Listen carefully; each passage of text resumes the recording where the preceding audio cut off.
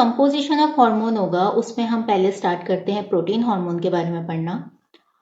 Protein hormones क्या होते हैं? एमिनो एसिड डेरिवेटिव हार्मोन्स होते हैं। फॉर एग्जांपल अगर ये कोई एमिनो एसिड है, अगर इसमें OH लगा है या फिर OCH3 लगा है या फिर COOH लगा है, तो ये डिफरेंट टाइप के हार्मोन्स बन जाएंगे।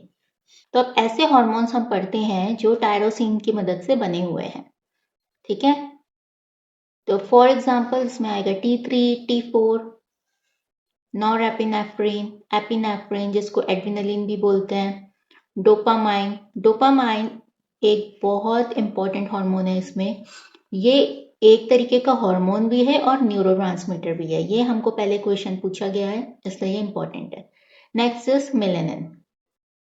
अब ट्रिप्टोफान की हेल्प से कौन सा हमारे हार्मोन्स बने हुए हैं? वो है serotonin and melatonin. Okay, short peptide hormone and long peptide hormone and glycoprotein hormones. 3 type के प्रोटीन्स और है अभी इसमें। जो शॉर्ट पेप्टाइड हार्मोन होते हैं उसमें लेस देन 50 अमीनो एसिड पाए जाते हैं, मतलब लेस अमीनो एसिड पाए जाते हैं, लेस अमीनो एसिड की चेन होगी इसमें। इसमें हमारे पास है ADH। ADH को एंटी डायूरेटिक हार्मोन भी बोला जाता है और आर्जिनिन वेसोप्रेसिन भी बोला जाता है। MSH क्या होता है? Melanocyte stimulating hormone and oxytocin. Long peptide hormone में हमारा GH, prolactin, insulin, PTH, ACTH, glucagon, ये सब चीजें आ जाते हैं। Next is glycoprotein hormone. Glycoprotein hormone में TSH, LH, FSH ये सब पाए जाते हैं। ग्लाइकोप्रोटीन हार्मोन क्या होते हैं? जो कार्बोहाइड्रेट एंड प्रोटीन की मदद से बने होते हैं। लिपिड हार्मोन क्या होते हैं? ये कोलेस्ट्रॉल डिराइव्ड हार्मोन्स होते हैं। इसमें क्या क्या क्या पाए जाते हैं? Aldosterone, cortisol, testosterone, progesterone, estrogen, ये सब हार्मोन्स इसमें पाए जाते हैं। अब next is mechanism of action. किस तरीके का मैकेनिज्म ऑफ एक्शन होगा? लिपिड हार्मोन का कैसे होता है? ये इजीली पास हो जाएंगे सेल मेम्ब्रेन से।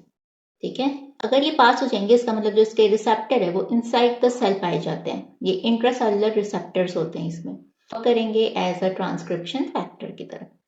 लिपिड हार्मोन में कोई भी सेकेंडरी मैसेंजर की हमें जरूरत नहीं होती है क्योंकि उसका जो रिसेप्टर होता है वो इनसाइड द सेल ही होता है, तो इसलिए नो सेकेंडरी मैसेंजर रिक्वायर्ड।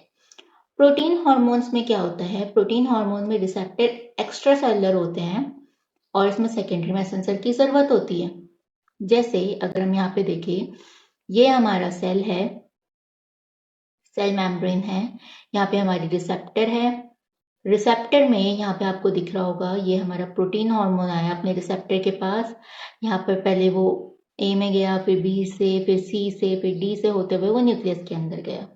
ठीक है, तो ये जो प्रोसेस है चेन के द्वारा सेकेंडरी मैसेंजर की हेल्प से वो अंदर न्यूक्लियस में जा रहा है, उसको कैस्केड प्रोसीजर कहते हैं। ठीक है, अब यहाँ पर एक क्वेश्चन आपसे पूछा जा रहा है, which of the following have intracellular receptor? इनमें से किसके पास इंट्रासेलुलर रिसेप्टर होगा? बता सकते हैं आप? जो GH है, जो TH है, प्रोलैक्टिन है, इंसुलिन है, ये सब तो हमारे प्रोटीन हार्मोन्स है। तो इन सब के पास तो एक्स्ट्रा सेलुलर होता है, इंट्रासेलुलर तो होता ही नहीं है किसी के पास। तो इनमें से कौन सा ऐसा हार्मोन है जिसमें इंट्रासेलुलर है और वो प्रोटीन हार्मोन भी है? तो इसका एग्जाम्पल है थायराइड हार्मोन। थायराइड हार्मोन एक तरीके का प्रोटीन हार्मोन है पर उसके पास इंट्रासेलुलर रिसेप्टर प्रेजेंट होता है। ठीक है, और इसमें क्या प्रेजेंट होता है? Steroid mechanism. So next video में मैं आपको बताऊंगी कि जितने भी हार्मोन्स हैं वो किस टाइप का पाथवे फॉलो करते हैं, और उसके लिए मैंने एक बहुत शॉर्ट टेबल बनाई है जो कि बहुत इम्पॉर्टेंट है और उससे बहुत सारे क्वेश्चंस भी बनते हैं। So stay tuned.